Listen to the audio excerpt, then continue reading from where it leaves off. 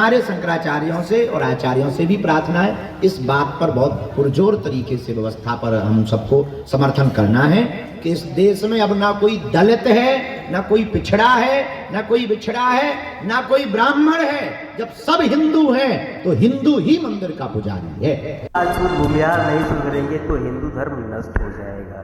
सुधर लो सुधरो, नहीं तो कहाँ खोजोगे अजमेर में। सबसे पहले आज ये तहिया करें, कसम खाएं, अपना हो या पराया हो, छोटा हो या बड़ा हो, जाति कोई भी हो, बहादुर है तो उसके पीछे खड़े होंगे, कायर है तो उसकी जाति कुछ भी हो बहिष्कार करेंगे। ये भारत की भूमि अनादिकाल से कर्म प्रधान रही है, जाति प्रधान कभी नहीं रही। हेलो फ्रेंड्स, जय राम जी की, राधे राधे, जय भीम, जय भारत। मैं आपका भारत निर्मात्री समाज की ओर से स्वागत करता हूं और हिंदू धर्म उर्फ भारत धर्म की महानता को उद्घोषित करने के लिए धर्म के विविध पक्षों को दिखाता हूं। एक्चुअली हिंदू शब्द ही इधर 200-300 वर्षों में आया है। हमारा मूल धर्म है भारत धर्म, जो कहता है अहम ब्रह्मास्मि, अर्थात मैं मानव ब्रह्म हूं। क्यों? क्योंकि ईश्वर अंश जीव अविनाशी। हम लोग ईश्वर अंश हैं, तो मैं ही जो वो ब्रह्म है उन्हीं का अंश, यानी समुद्र के पानी का एक बूंद हूं, तो मैं भी पानी का वही गुणधर्म रखता हूं, अहम ब्रह्मास्मि। फिर हमारे पुरुष सूक्त में जो आया है वेद में, ऋग्वेद में, ब्राह्मण, क्षत्रिय, वैश्य और शूद्र, ये एक्चुअली विभाजन था ही नहीं। हमने कुछ तेज तर्रार लोगों ने अपने स्वार्थों के लिए, व्यक्तिगत स्वार्थों के लिए इस तरह का विभाजन दिखा करके हमें भटकाया, और जिसका कुपरिणाम देश को भुगतना पड़ा गुलामी के रूप में, क्योंकि हम सामाजिक रूप से विभक्त हो गए थे। सिर्फ 4 वर्णों में ही नहीं, बल्कि 4000, 5000, 6000 जातियों और उपजातियों में। जबकि पुरुष सूक्त का वो फिलॉसफी, उसकी सही व्याख्या यह है कि हर एक इंसान को ब्राह्मण बनना चाहिए। यानी उसमें बताया गया है कि मस्तिष्क विराट पुरुष का, अर्थात हर एक इंसान को ज्यादा से ज्यादा पढ़ना लिखना चाहिए, गुण अर्जित करना चाहिए, विद्या अर्जित करनी चाहिए, चाहे वो जहां से भी मिले। दूसरी बात, ये हर एक इंसान को लड़ना झगड़ना पड़ता है, अर्थात डिफेंसिव और ऑफेंसिव, जहां जरूरत हो आक्रामक और जहां अपनी बचाव करनी जरूरी हो वहां उसकी कला सीखनी चाहिए, यानी क्षत्रियत्व के गुणों को धारण करना चाहिए हर एक इंसान को, यहां तक कि नारी पुरुष सबको। और अपना तथा अपने परिवार का, समाज का, देश का भरण पोषण करने के लिए, यहां तक कि मानवता का, कि हम ज्यादा से ज्यादा यहां उत्पादन करेंगे तो जहां नहीं हो रहा है, अफ्रीका के कालाहाड़ी में नहीं हो रहा है, उड़ीसा के कालाहाड़ी में नहीं हो रहा है, कालाहाड़ी में नहीं हो रहा है, तो हम उसको दे सकें। तो ज्यादा से ज्यादा आर्थिक गतिविधि करके हमको भी संपन्न होना चाहिए, समाज को भी संपन्न बनाना चाहिए, देश को भी संपन्न बनाना चाहिए, मानवता को संपन्न बनाना चाहिए। यह है आपका वैश्वत्व, जो हर एक इंसान में वैश्वत्व का गुण होना चाहिए।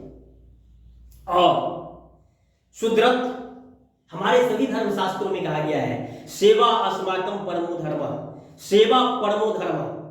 और हमने तो उल्टी गंगा बहा दी है कि हम जो 80 से 90% मेरा समाज सेवा करने वाला है, उत्पादक वर्ग है, उसको हमने शूद्र, अति शूद्र, अछूत कह के घृणा किया है। तो एक्चुअली मैंने उससे घृणा नहीं किया है, बल्कि उसके कर्म से, उसके उत्पादन करने की शक्ति से घृणा किया है, और इसका कुफल हमको भी भुगतना पड़ा है, समाज को भी, देश को भी, कि हम बारंबार गुलाम बने। एक्चुअली वो तो ये है कि एक्चुअली कोई शूद्र है, दैट मीन्स वो सेवा करने की उसमें शक्ति है, न्यायिक सेवक, जज बन करके, वकील बन करके, सैनिक सेवक, शिक्षा सेवक, व्यापार सेवा, वो तो एक्चुअली सेवा करके गांधी जैसे दुनिया में नाम कमा लिए। एक गांधी सेवा करके, एक मदर टेरेसा सेवा करके, और हमने सेवा को यहां घटिया घोषित कर रखा है, कर्म करने वालों से घृणा कर रखा है, और उसका कुपरिणाम मिला है। हर एक इंसान को एक्चुअली अपने में ज्यादा से ज्यादा ब्राह्मणत्व का विकास करके, क्षत्रियत्व का विकास करके, लेन देन वैश्वत्व का विकास करके, और तब देश समाज का, मानवता का एक खास स्तर से मदर टेरेसा और गांधी से भी अधिक बड़ी सेवा कर सकते हैं, जिसको हम बोलते हैं कि शुद्रत्व का चरम लक्ष्य। ये तो चरम लक्ष्य था हर एक इंसान का, और हमने उल्टी गंगा बहा दी कि 90% जो उत्पादक जनता था उसे शूद्र कह के, घटिया कह करके, एक्चुअली हमने कर्म से घृणा की, हमने कर्म करने वालों को नीचा कहा, कर्म से घृणा की, और झूठा गुरु बना करके, ठग करके कि राम नाम जपेंगे, ये तपस्या करेंगे, वो तपस्या करेंगे, गोबर का गोईठा लगा करके चारों ओर आग लगा देंगे तो मुक्ति मिल जाएगी, कांटा पर बैठेंगे तो मुक्ति मिल जाएगी। इट्स ऑल एट चीटिंग, और उस चीटिंग का कुफल देश, समाज और पूरी मानवता को भुगतना पड़ा है। और हम सदियों से, एक बार नहीं, हजारों वर्षों से किसी न किसी के गुलाम बनते आ रहे हैं, लेकिन अब जगने का समय आ गया है। और मैं आपसे वही कहूंगा कि अपने को आप गर्व से कहिए कि अहम ब्रह्मन्नास्मि, मैं ब्राह्मण हूं, अहम क्षत्रियास्मि, मैं क्षत्रिय हूं, अहम वैश्यास्मि, मैं वैश्य हूं, अहम शूद्रास्मि, मैं शूद्र हूं। जज वाला सेवक, वकील वाला सेवक, सैनिक सेवा वाला, कमांडर वाला, कमांडेंट वाला सेवक, पढ़ाने वाला, गुरुजी वाला सेवक, एंड सो ऑन। एक्चुअली मूल भारत धर्म, जिसको अब हम लोग हिंदू धर्म कहते हैं, उसका फिलॉसफी ये है, न कि समाज को तोड़ने के लिए या बांटने के लिए। यदि हम अभी भी इस मूल रूप में हर एक नर नारी को, हिंदू नर नारी को, उसमें ज्यादा से ज्यादा विद्या का, ज्यादा से ज्यादा लड़ने की कला का, जस्ट लाइक इजराइल सिटीजन्स, ज्यादा से ज्यादा वैश्वत्व का, जस्ट लाइक यहूदी सिटीजन्स, उसमें इकोनॉमिक्स के सारे सिद्धांतों को बचपन से डालेंगे, और ये सेवा महान काम है, दीन की, दुखियों की, जरूरतमंदों की सेवा करो, इस तरह का फिलॉसफी डालेंगे, तो एक्चुअली हिंदू का जो एक कौम होगा वो दुनिया में सबसे शक्तिशाली कौम होगा, और हमें ऐसा ही अब बनाना पड़ेगा। हिंदू के सही अर्थों को हिंदू समुदाय के लोगों तक पहुंचाना होगा। इसीलिए अपील करता हूं आपसे फिर वही, उत्तिष्ठत् जाग्रत प्राप्यवारं निबोधत, जागिए, उठिए, और देश और समाज को देने के लिए अपने वांछित क्षेत्र में वैसा कर्म कीजिए जो ये बता सके कि हमने इस दुनिया को बल्ब दिया, हमने इस दुनिया को पंखा दिया, हमने इस दुनिया को कंप्यूटर दिया, हमने इस दुनिया को अध्यात्म दिया, हमने इस दुनिया को ध्यान दिया, हमने इस दुनिया को योग दिया, हमने इस दुनिया को मैथमेटिक्स दिया, हमने इस दुनिया को जीरो दिया। अर्थात अच्छा है कुछ ले जाने से, देकर ही कुछ जाना। जी हाँ, इसीलिए महान हिंदू धर्म और भारत धर्म आपसे अपील करता है कि आप किसी गुरु के बहकावे में आकर के अपने इस संसार को माया ना कहें, मोह ना कहें, उसके प्रति कर्तव्यों से भागे नहीं, पलायन नहीं करें, कहीं कोई शांति नहीं मिलेगी, क्योंकि आपका पेट आपके साथ है, और आप कितनी भी तपस्या करेंगे तो झूठा आप बोलेंगे कि मैं खाता नहीं हूं, लेकिन आपको खाना है, और आप ठग के या भीख मांग के खाएंगे, और एक्चुअली भीख मांग के खाना सबसे बड़ा पाप है महान हिंदू धर्म में। तो मैं आपसे अपील करता हूं कि चलिए उठिए, संसार को कुछ न कुछ, अपने परिवार को कुछ न कुछ, अपने समाज को कुछ न कुछ दे के जाइए। यही एक्चुअली महान हिंदू धर्म और भारत धर्म है, और इसके लिए मैं भी आपसे अध्यक्ष भारत निर्वासित समाज की ओर से अपील करता हूं, आइए और अपने देश समाज को खुशहाल बनाएं। चलिए, आपको बहुत बहुत धन्यवाद। हेलो फ्रेंड्स, नमस्ते, जय राम जी की, राधे राधे, जय भीम। एक्चुअली सिंधु घाटी सभ्यता काल से हमारी हिंदू सनातन परंपरा पवित्र गंगा की तरह बहती आ रही है, लेकिन इस बहती स्वच्छ धवल गंगा को इन ब्राह्मणवादियों ने गंदे नाले में तब्दील कर दिया है। यही कारण है कि जिस तरह से हमें गंगा को स्वच्छ करने का अभियान चलाना पड़ा, उसी तरह से ब्राह्मणवादियों द्वारा सनातन हिंदू धर्म ग्रंथों को जो प्रक्षिप्तांश जोड़ करके गंदा नाला बना दिया गया है, उसको जोड़ना पड़ेगा, उसको साफ करना पड़ेगा, बल्कि उसको तारना पड़ेगा। नए अर्थों में मैं बताऊंगा अभी।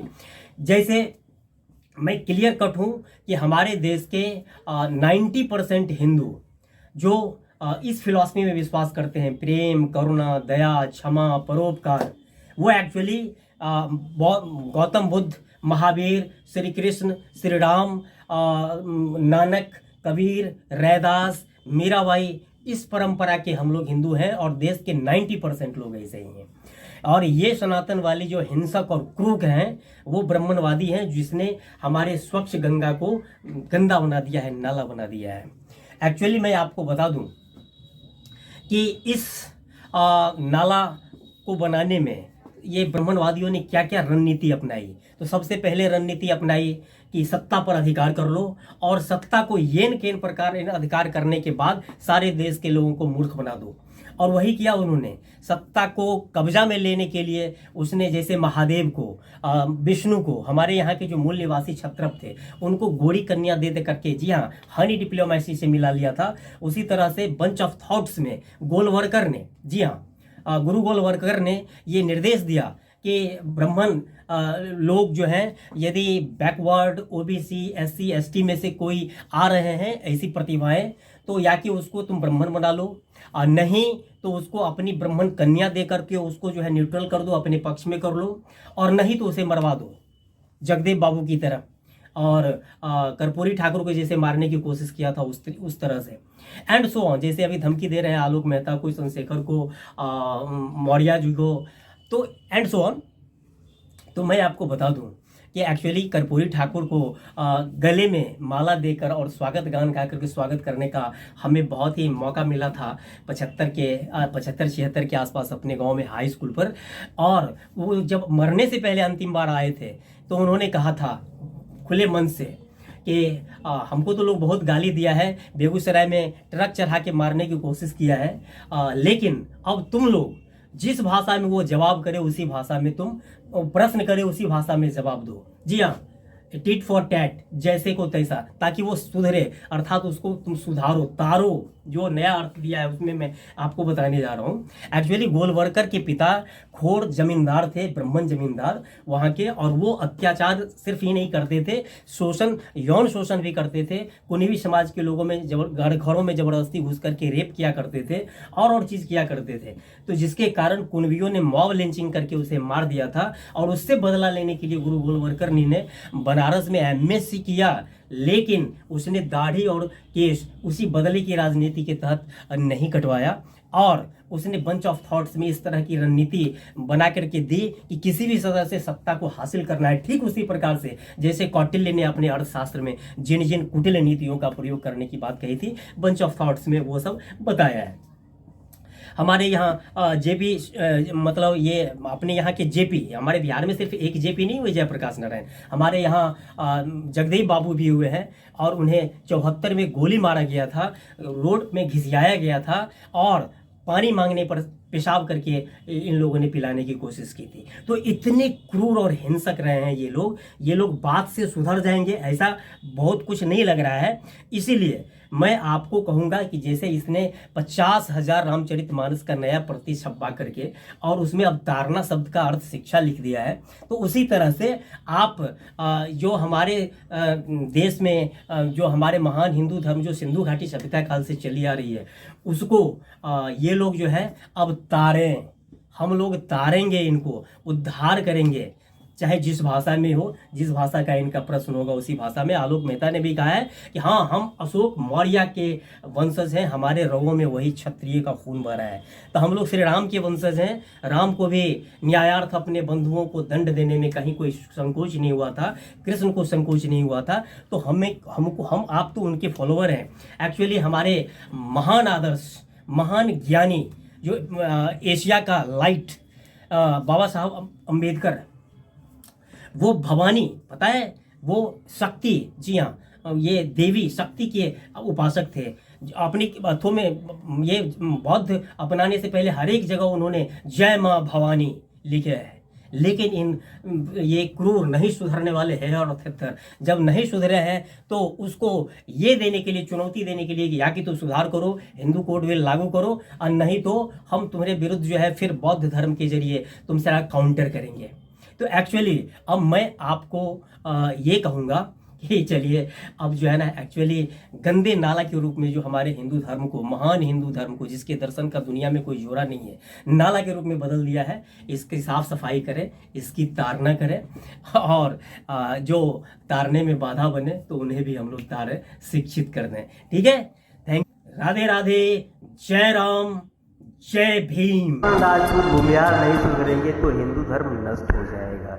सुधर लो सुधरो, नहीं तो कहाँ खोजोगे अजमेर में। सबसे पहले आज ये तहिया करें, कसम खाएं, अपना हो या पराया हो, छोटा हो या बड़ा हो, जाति कोई भी हो, बहादुर है तो उसके पीछे खड़े होंगे, कायर है तो उसकी जाति कुछ भी हो बहिष्कार करेंगे। ये भारत की भूमि अनादिकाल से कर्म प्रधान रही है, जाति प्रधान कभी नहीं रही। हमारे शंकराचार्यों से और आचार्यों से भी प्रार्थना है, इस बात पर बहुत पुरजोर तरीके से व्यवस्था पर हम सबको समर्थन करना है कि इस देश में अब ना कोई दलित है, ना कोई पिछड़ा है, ना कोई बिछड़ा है, ना कोई ब्राह्मण है। जब सब हिंदू हैं तो हिंदू ही मंदिर का पुजारी है। गीता का पहला अध्याय, अर्जुन का वचन, जाति धर्मा कुल धर्मा च शाश्वता कुल धर्मा सनातना, अर्जुन का वचन है। वैदिक वाङ्मय में कहीं भी इसका निराकरण या खंडन नहीं है। पूर्व पक्ष इतने अंश में है कि संभावित युद्ध के चपेट में आकर कहीं सनातन जाति धर्म, कुल धर्म, वर्ण धर्म विकृत ना हो जाए। बाकी वाक्य सिद्धांत का ही है। अब विचित्र बात यह है, जो जो जाति धर्म को विकृत करने चलता है या चले हैं, एक विचित्र बात है। धर्म को धर्म सनातन वैदादि शास्त्र सम्मत है, उनको विलुप्त करने का विचार बनाता है, पहले ही विलुप्त हो जाता है। हिंदू राष्ट्र बनाना है, लेकिन दलित समाज हिंदू धर्म में एक बहुत बड़ी हिस्सेदारी रखता है। ये दलित समाज, लेकिन ये अब हम पिछले कुछ वर्षों में देख रहे हैं कि दलित समाज हिंदू धर्म से विमुख होता जा रहा है। आप इसके लिए कुछ करने की कृपा करें, मेरा आपसे आग्रह है। आप हमको सोया हुआ समझते हैं। जो मेरा कर्तव्य है गुप्त प्रकट, हर प्रकार से उसका पालन भगवान की कृपा से करता हूँ। पाँव से रौंदा हुआ, ये हमारे अंत्यज माने छोटा भाई, अग्रज माने बड़ा भाई। हमारे यहाँ दलित शब्द नहीं है। माया जी एवं भागेश्वर धाम महाराज जी के श्री चरणों में डॉक्टर सुनील चौरसिया का प्रणाम। दलित माने पाँव से रौंदा हुआ, ये हमारे अंत्यज माने छोटा भाई, अग्रज माने बड़ा भाई। हमारे यहाँ दलित शब्द ये नारा दिया कि जात पात की करो विदाई, तो उसी समय उनको खड़े होकर कहना चाहिए था ना कि आज से मैं अपनी ब्राह्मण जाति छोड़ रहा हूँ, मैं अब केवल हिंदू माना जाऊं, ये मैं घोषणा करता हूँ। तब अच्छा लगता कि चलो जो बात ये कह रहा है उसको इसने अब जी करके दिखाने के लिए घोषणा कर। लेकिन वो तो खुद ब्राह्मण बने रहे और दूसरों को कह रहे हैं कि जात पात की करो विदाई। लेकिन जब उनकी यात्रा पूरी हुई तो ओरछा में उनके गुरुजी आए, रामभद्राचार्य, जो अपने आप को खुद ही घोषित किए हुए हैं दूसरे से प्रमाण पत्र नहीं मिला है, ऐसा कोई विद्यार्थी हमने अभी तक जीवन में नहीं देखा जो खुद अपना प्रमाण पत्र देता हो, क्योंकि ये स्वयंभू हैं, खुद बन करके बैठ गए हैं। लेकिन ये कहते हैं कि मैं तुलसी पीठाधीश्वर हूँ, जो जिस तुलसी पीठ को इन्होंने स्वयं बनाया है, कि मैं तुलसी पीठाधीश्वर हूँ, जो जिस तुलसी पीठ को इन्होंने स्वयं बनाया है, तो उस तुलसी ने ही तो ये रामचरितमानस रचा है। तो उस तुलसी के शब्दों को तो कम से कम आदर करो। तुलसी कह रहा है वर्णाश्रम निज निज धर्म, और आप कह रहे हो कि जात पात की करो विदाई, वर्णाश्रम की विदाई कर दो। तो आप जो है तुलसी के विरुद्ध जा रहे हो, आप राम के विरुद्ध जा रहे हो, आप धर्मशास्त्रों के विरुद्ध जा रहे हो। कि रामानंदाचार्य कितना एकता के लिए जो उन्होंने यात्रा निकाली तो वो तो अच्छी बात है, लेकिन उन्होंने बीच में ये जो शुरू कर दिया जाति पाति को की करो विदाई, हिंदू हिंदू भाई भाई, यह इनका उद्देश्य ठीक नहीं है और ऐसा उनके द्वारा नहीं कहा जाना चाहिए।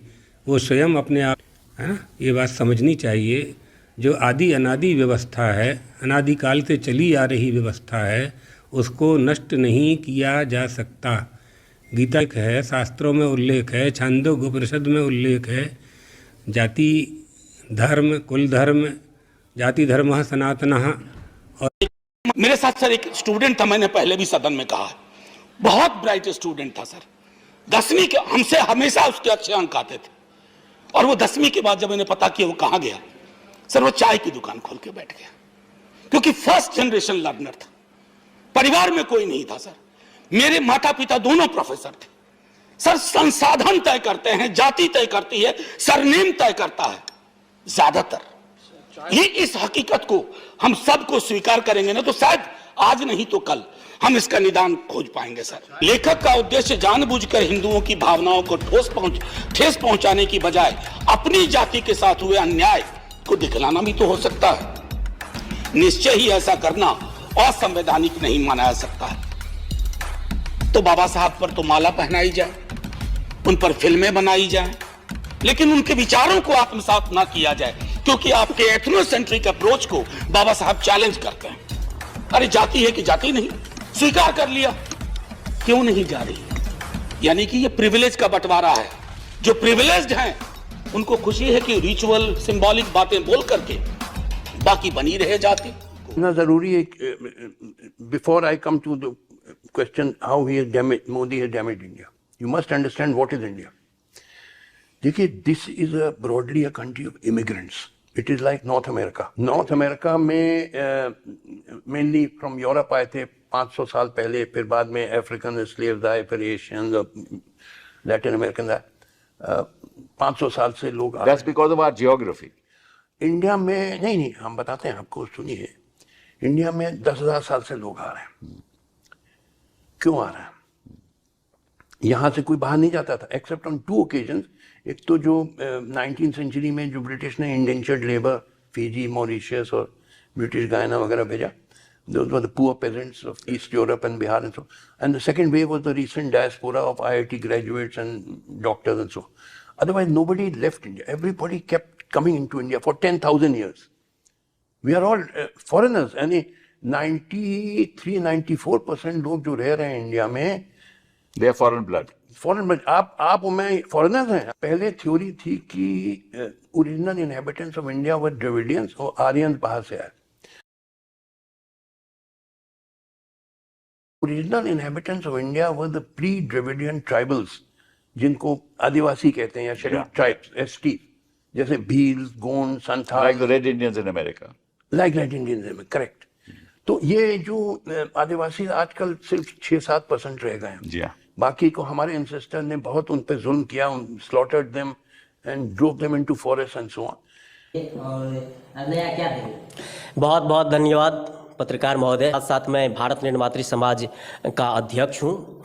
एक्चुअली देश और समाज को, देश को और लोकतंत्र को देने के लिए मेरे पास नया यह है कि अभी तक चेक एंड बैलेंस वो संतुलित नहीं रहा है, जिसके कारण मेरा देश बटा था मुस्लिम लीग हिंदू महासभा के आपसी टकराव में। लेकिन मैं ऐसा करूंगा कि हर पद का रोटेशनल वाइज, चाहे चीफ जस्टिस ऑफ इंडिया हो, प्रेसिडेंट हो, प्राइम मिनिस्टर हो, सभी धर्मों को उसमें रोटेशनल आरक्षण दूंगा। समाज के लिए नया क्या करेंगे? जी हाँ, समाज विस्तृत रूप से अपनी किताब में नेकेड सत्य में जो आपको दिख रहा होगा, ये 2004 में ही वर्ल्ड बुक फेयर में राष्ट्रपति कलाम साहब को, अटल बिहारी वाजपेयी प्राइम मिनिस्टर साहब को, विपक्ष की नेता सोनिया गांधी और राहुल गांधी को भी अमेठी में दे चुका हूँ और दिल्ली के सभी बुक स्टोर्स पर ये उपलब्ध है, जिसको पढ़ने के बाद एक्चुअली ये dealing in higher history, exclusive higher history, geography, geology, zoology, astronomy, astrology, anthropology, sociology, sexology, suicidology, theology, politics, essay, ethics and aesthetics, इसको पढ़ करके लोग विद्वान ही नहीं बनते, डिप्लोमेट भी बनते हैं। एक्चुअली आडवाणी जी को भी मैंने वर्ल्ड बुक फेयर में हाथ में दिया था, लेकिन उन्होंने 15 मिनट में लौटा दिया। फिर देखिए कैसे मोदी जी ने उनको गच्चा दे दिया। कर सकता हूँ एक्चुअली सारे लोगों का विकास हो, सबका विकास हो, ऐसा नहीं कि मैं सिर्फ ठगने के लिए कहूँ। एक्चुअली बिहार में जिस तरह से जातीय आरक्षण, महिलाओं को आरक्षण रोटेशनल वाइज सभी पदों में है, उसी तरह से मैं चाहूँगा कि सारे पदों पर, खास करके जो उच्चतम है, कंट्रोलिंग पावर का है, उसमें मैं सभी धर्मों को और जातियों को रोटेशनल 50% सभी में महिलाओं को आरक्षण दूंगा। ये कैसे कैसे दंगा कराते हैं, देश दुनिया एक दूसरे से कैसे लड़ता है और कैसे शांति बरकरार रखा जा सकता है और कैसे सबको यूनाइट करके एक्चुअली देश को समझना है, समाज को समझना है, तो आप इस एक किताब को निश्चित रूप से देखिए और आपको लगेगा कि शायद दुनिया का हर चीज है। इसी के बारे में नागपुर के पेपर में छपा था नव भारत में कि नेकेड सत्य जो हिला कर रखे। दलालों का देश है। दुनिया के विकसित देशों में हमारी छवि परंपरागत कमोबेश अभी भी यही है, बहुत चीज बदला नहीं है और हम अभी भी हिंदू मुस्लिम कह करके और एक दूसरे से नफरत करके, विज्ञान से दूर भाग करके, पाखंड और अंधविश्वासों का प्रचार करके विश्वगुरु बनने की कोशिश कर रहे हैं। यहाँ के देशों में जो नेगेटिव छवि है वो हमारी अभी भी कमोबेश वही है। चलिए उसको हम देख। नकारात्मक छवि है और वो ये है कि भारत अज्ञानियों, अंधविश्वासियों एवं मूर्खों का देश है। भिखमंगों, फकीरों, पाखंडियों एवं ठगों का देश है। बेईमान, क्लीब और कायरों का देश है। शक्तिहीन, एकताहीन, आदर्शहीन, चरित्रहीन, बिखरे हुए दिग्भ्रमित लोगों का देश है। पुरुषार्थहीन और तेजहीन, मात्र धारा की दिशा में ही बहने वाले मुर्दों का देश है। चंद रुपयों एवं तुच्छ स्वार्थों के खातिर बिकने वाले भ्रष्ट लोगों, गद्दार जयचंद्रों एवं मीर जाफरों का देश है। एक दूसरे का पैर खींचने वालों का देश है। देश हित से अधिक व्यक्तिगत स्वार्थों को तवज्जो देने वालों का देश है। अनंत एवं अनवरत अपमान सहते रहने फिर भी नहीं सुधरने वाले हेहर एवं थेत्थरों का देश है। सेखी बघारने एवं अपने मुंह मियां मिट्ठू बनने वालों का देश है। अधिकांश नपुंसक सियार सदृश बुद्धिजीवियों, भाट चारणों, चापलूसों एवं दलालों का देश है। कुछ जंगली जानवरों सदृश परंपरागत कुलीन जमींदारों एवं 85% दलित पिछड़ा रूपी कीड़े मकोड़ों का देश है। देश इमोशनल देश है, तो हर देश के लोग इमोशंस और पॉलिटिक्स को जोड़ते हैं आपस में, जो कि स्वभाव है, उसको बदल भी नहीं सकते हम। अपना दिल भी बोला मेरा, रंग दे बसंती चोला। ऊंची जातियों ने छिन लिए। ब्राह्मण और वैश्य जब जूते बनवाएंगे और बेचेंगे तो चमार का धंधा गया।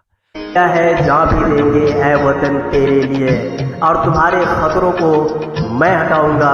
मैं भारत अपने गुरु को वचन दिया हूँ, देश को, समाज को वचन दिया हूँ, और भारत, पाकिस्तान, बांग्लादेश सबको एक करके एक महाशक्ति बनाऊंगा और एक्चुअल में सबका विकास होगा जब उसके साथ न्याय होगा, सबकी भागीदारी होगी। जो है वो 10-20 नहीं है, जैसे पृथ्वी एक है, चांद एक है, हम सब के लिए, हम सभी मानवों के लिए, वैसे ही खुदा कहो, गॉड कहो, अल्लाह कहो, ईश्वर कहो, परमात्मा हो, एक ही है। वो सर्व चेतना में है, सभी जगह है, सभी रूपों में है, सब में है। कोई ये कहे कि वो काफिर है या फिर वो जो है नास्तिक है या फिर वो आदमी है ही नहीं, उसको काट दो धर्म के नाम पर, वो एक्चुअली जल्लाद है। और उसके साथ राज्य को जल्लाद की तरह ट्रीट करके शांति और भाईचारे का संदेश ही नहीं सिर्फ फैलाना है, शांति और ट्रैंक्विलिटी, समाज में शांति और व्यवस्था कायम रखना ये शासन का दायित्व है।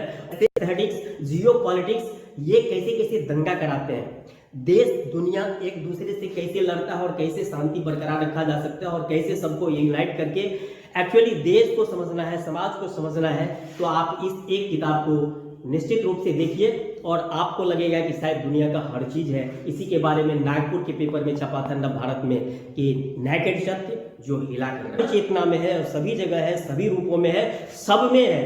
कोई भी ये एक वर्ग है, ये ब्राह्मण एक जाति नहीं है, एक वर्ग है जो 85% लोगों को देश में जातियों के नाम पर, फलना के नाम पर, चलना के नाम पर हमेशा से शोषण करते रहा है। और इसमें सभी जातियों और नस्लों के तेज तर्रार लोग हैं, ये कोई एक जाति नहीं है। सभी जातियों के तेज तर्रार लोग जो धूर्त एकदम स्वयं स्वार्थवादी और देश समाज को झोंकने वाले और विदेशी शासकों के सदा एजेंट रहे हैं, ऐसे लोग हैं जिसमें सभी जातियों और लोगों के लोग हैं। ब्राह्मण एक वर्ग है कि पार्टियां आएंगी जाएंगी, लेकिन यह देश रहना चाहिए।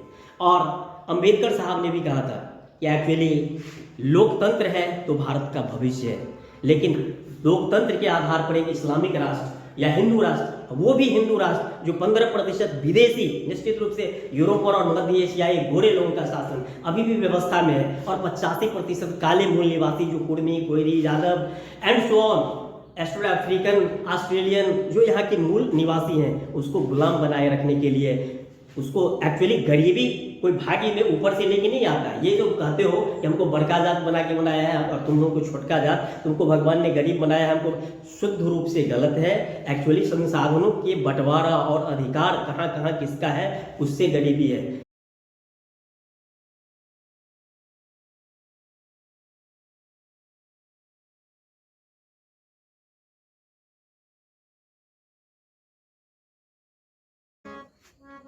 जय श्री कृष्णा, राधे राधे, जय श्री राम। हिंदू खास करके गिरे हुए हो, क्योंकि तुमने इतिहास से सबक लेना सीखा ही नहीं है। हेयर और थेत्तर की तरह केवल हमें कहते हो, तुम मेरा नाम लेकर के राम का नाम बदनाम करते हो, कृष्ण का नाम बदनाम करते हो। जिस कृष्ण ने पूरी उस समय की यथा स्थितिवादी व्यवस्था थी, इंद्र से लड़ा और लोगों से लड़ा, और जिसने उनकी हत्या करने की बहुत सारी कोशिश की, लेकिन अपनी जनता को कहा कि मैं नारी, सभी मानव को बराबर मानता हूं और सबको समान अधिकार देता हूं और सबको विकास का, मुक्ति का, सबको समान अधिकार है। राम ने राम के रूप में केवट को, कोल को, भील को बराबरी का दर्जा दिया, लेकिन तुम हे और थेत्थर यथा स्थितिवादी सवर्णवादी, तुमने राम के वनवास का षड्यंत्र रचा, उसके पत्नी के अपहरण का षड्यंत्र रचा, उसकी अग्नि परीक्षा करवाया, फिर भी अपने प्रचार तंत्र के द्वारा उसको वन में मां बनने की अवस्था में छुड़वाया, आत्महत्या करने को सीता को मजबूर कर दिया।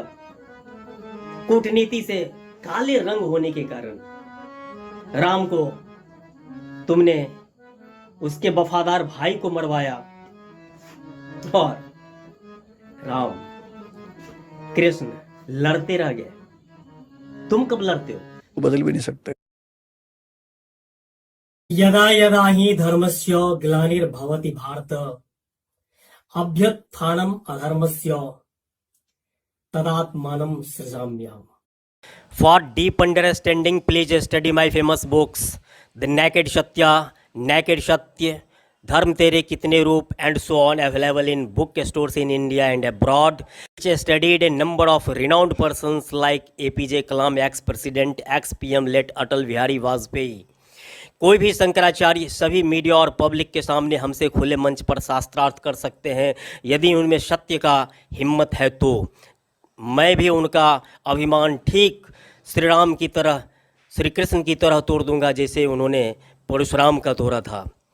ऐसे लोग लेकिन हमसे करके देखें तो उनका सारा हेठी गुरूर दूर कर दूंगा और देश को उनके नापाक चंगुल से मुक्त कर दूंगा, क्योंकि खुशबू देता है, सागर सावन देता है, जीना उसका जीना है, जो को जीवन देता है, मधुवन खुशबू देता है। मैं आपका सांस्कृतिक प्रधानमंत्री आज वादा करता हूं, मैं देश को बचाऊंगा।